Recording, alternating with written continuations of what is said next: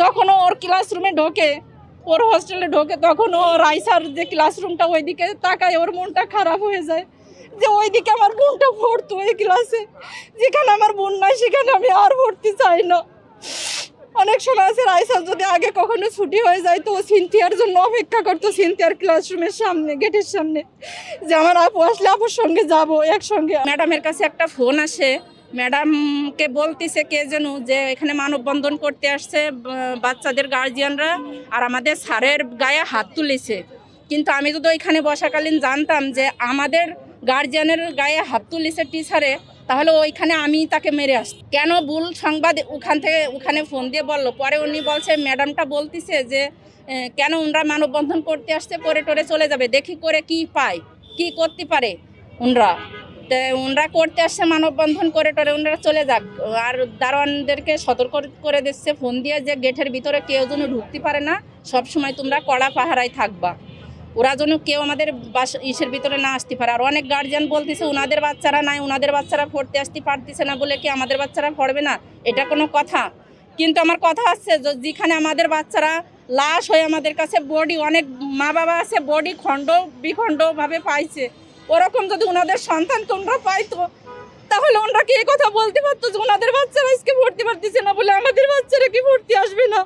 আমাদের সন্তানকে ওনাদের সন্তান নয়। আমরা যেমন মা হয়ে বলতে পারিনি যে আপনাদের ছেলেমেয়েরা এখানে লেখাপড়া না করুক, কিন্তু আমার বাচ্চাদের লাশ হয়ে আসছে। আমরা যখন 2 দিন ধরে আমার বাচ্চার লাশ পাইনি আমরা পাগল হয়ে গেছিলাম।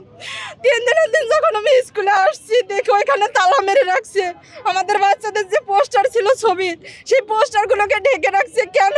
ওখানে তো আমাদের বাচ্চার একটা স্মৃতি হয়ে থাকা উচিত, আর সেখানে এমনভাবে ঢেকে রাখা আছে যে ওখানে কিছু হয়ই নেই। এমন নর্মাল বিহেভ করতেছে ওনারা যে ওনাদের স্কুলের কোনো ক্ষতিই হয়নি, ওখানে কোনো বাচ্চা মারাই যায়নি।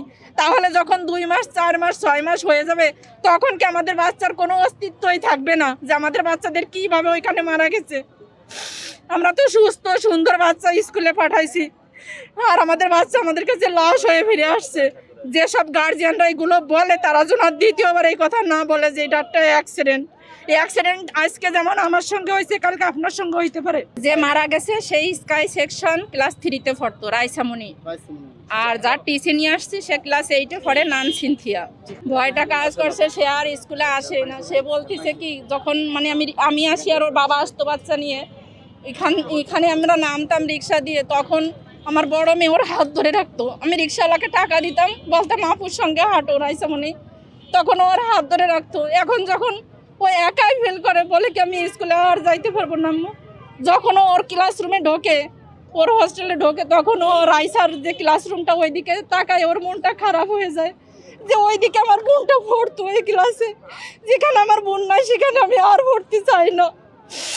অনেক সময় আছে রাইসার যদি আগে কখনো ছুটি হয়ে যায় তো সিনথিয়ার জন্য অপেক্ষা করতো, সিনথিয়ার ক্লাসরুমের সামনে, গেটের সামনে, যে আমার আপু আসলে আপুর সঙ্গে যাব একসঙ্গে। আর আমি যদি একটু আসতে লেট হতো বা ওর বাবা আসতে লেট হতো, ও সিনথিয়ার জন্য অপেক্ষা করতো। বা সিনথিয়া কখনো যদি আগে ছুটি হইতো ওকে নিয়ে আসতো। ও এইগুলো মনে করে আর আসবে না স্কুলে, আর পড়বে না। যে স্কুলে আমার বোনকে আমি হারাইছি, এক বিছানায় খাইছি, একসঙ্গে পড়েছি, একসঙ্গে ঘুমাইছি, এক টেবিলে বসে বই পড়ছি, আমার সে বোনকে ছাড়া আমি ওই স্কুলের একদিনও থাকতে পারবো না আম্মু। আমি ওখানে পড়তে চাই না, ওর জন্য লেখাপড়া করবো না, কিন্তু ওখানে আর পড়বো না। তাই আমি আমার মেয়ের টিসি নিয়ে আসছি।